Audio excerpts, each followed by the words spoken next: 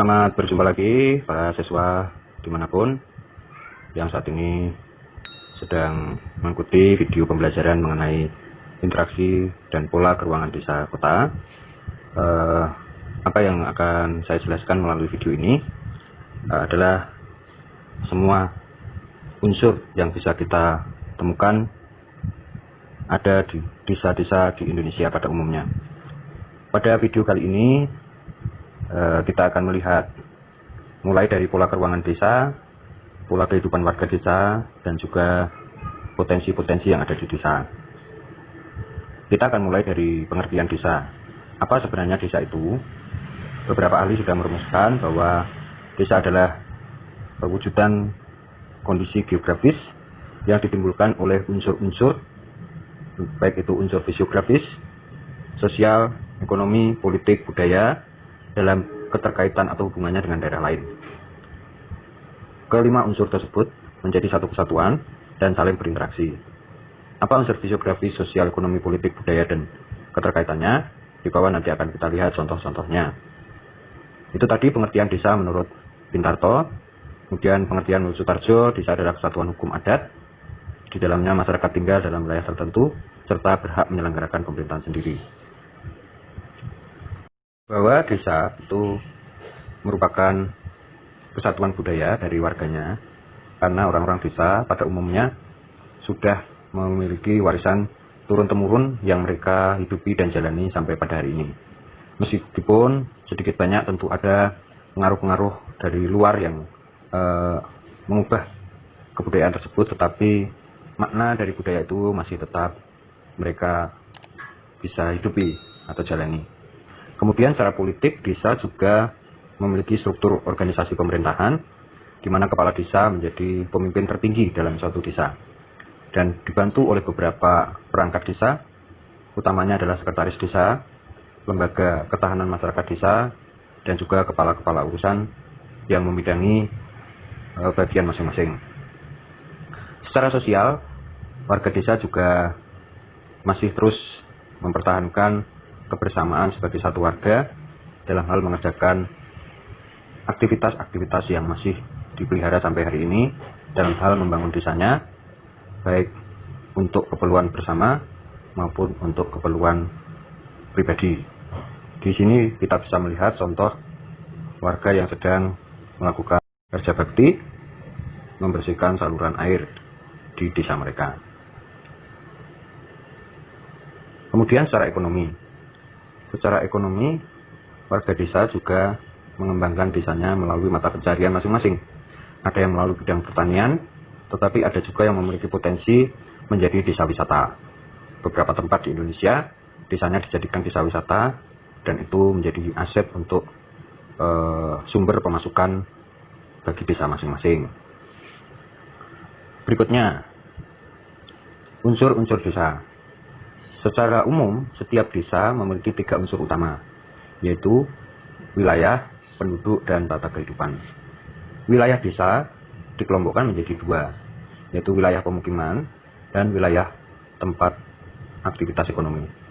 Pemukiman menjadi tempat tinggal warga desa itu, dan wilayah ekonomi itu menjadi tempat mereka bekerja, baik dalam bentuk lahan sawah ataupun kebun yang mereka tanam berbagai macam tanaman pertanian, dan hasilnya menjadi sumber penghidupan mereka. Ada yang dikonsumsi dan ada juga yang dijual. Mereka melakukannya itu dengan tujuan supaya setiap kebutuhan yang mereka punyai itu dapat terpenuhi. Kemudian unsur yang kedua, penduduk. Penduduk berarti warga desa itu sendiri yang menempati lokasi khusus yang mereka sediakan. Biasanya tempat yang mereka jadikan pemukiman adalah yang mudah sumber airnya, datar, dan juga memiliki akses yang paling mudah. Sedangkan yang ketiga, tata kehidupan, itu adalah pola-pola perilaku yang mereka sudah jalani turun-temurun. Bahkan itu membudaya dan terus dikerjakan pada saat-saat tertentu. Ada yang 6 bulan sekali, ada yang 1 tahun sekali. Tergantung kebutuhan mereka terhadap hal-hal yang mereka yakini harus melakukan tata adat tersebut. Kemudian untuk karakteristik desa. Keunikan desa itu apa? Masyarakatnya cenderung sangat erat dengan alam karena aktivitas mereka selalu berada pada alam.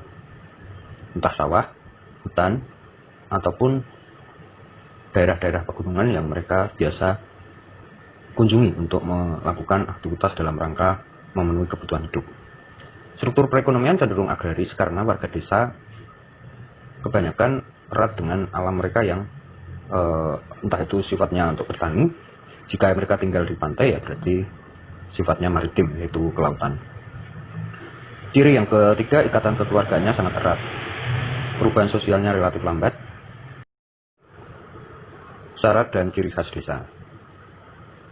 Suatu tempat bisa disebut desa apabila usia desa induk itu paling tidak sudah 5 tahun. Kenapa? Karena biasanya setelah 5 tahun suatu wilayah tersebut sudah penuh dengan warga yang menempati. Yang kedua, jumlah penduduk minimal sesuai kepadatan tiap-tiap pulau. Ya, tentunya setiap pulau punya nilai kepadatan yang berbeda-beda. Ada akses transportasi antar wilayah, kemudian secara sosial budaya menciptakan suatu kerukunan hidup, memiliki potensi SDA, SDM, dan sumber daya energi. Itu ciri-ciri dan syarat sebuah desa. Yang berikutnya itu potensi fisik dan sosial desa. Ada air, tanah, bentang alam, iklim, dan ternak. Itu adalah semua fisik. Sedangkan yang sosial itu adalah masyarakat desa, lembaga sosial desa, serta aparat desa. Warga desa ada yang ditunjuk menjadi pamong atau aparat. Kemudian biasanya melalui suatu aktivitas yang secara rutin dilakukan oleh desa itu bekerjasama dengan instansi lain. Misalnya suatu desa menerima mahasiswa yang akan kuliah kerja nyata. Selama 1-3 bulan, mereka mahasiswa itu tinggal di desa, membantu warga desa membangun desanya, dan utamanya adalah membangun mental warga desa untuk maju. Itu tugas para mahasiswa yang melakukan KKN ke desa. Dan itu adalah program wajib dari semua perguruan tinggi yang ada di Indonesia, dan bagi mahasiswa sendiri merupakan syarat untuk mereka bisa mengajukan diri menjadi calon sarjana gitu. Berikutnya adalah sistem perhubungan desa. Desa-desa yang masih terpencil atau desa yang hanya bisa dihubungkan oleh akses sungai, mereka memanfaatkan sungai untuk keperluan transportasi. Ada juga yang karena kondisi geografisnya yang sulit, akhirnya mereka menggunakan hewan sebagai sarana angkutan. Ada juga yang menggunakan kendaraan bermotor, tetapi itu pun jumlahnya terbatas. Yang berikutnya adalah fungsi desa. Ada banyak fungsi desa. Yang pertama di sini adalah bahan makanan dan bahan baku. Dari desa biasanya akan disuplai ke kota terdekat, entah untuk bahan makanan penduduk kota maupun untuk bahan baku industri yang dibutuhkan.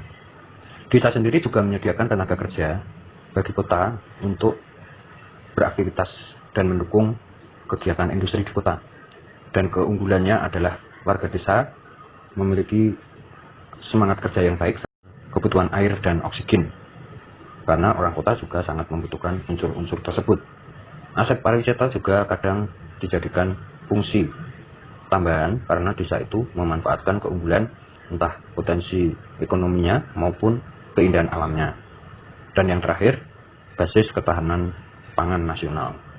Itu yang menjadi fungsi-fungsi desa. Selanjutnya adalah untuk pola pemukiman dan beberapa jenis desa, klasifikasinya akan saya jelaskan pada video saya berikutnya. Untuk kali ini kita sampai pada fungsi desa dulu. Mudah-mudahan video kali ini dapat menambah pemahaman kita tentang potensi yang dimiliki desa serta apa yang bisa kita lakukan supaya dapat menyesuaikan ketika kita berada dalam lingkungan yang berbeda dengan kota. Selamat mempelajari dan mendalami apa desa dan fungsinya. Sekian video saya, terima kasih.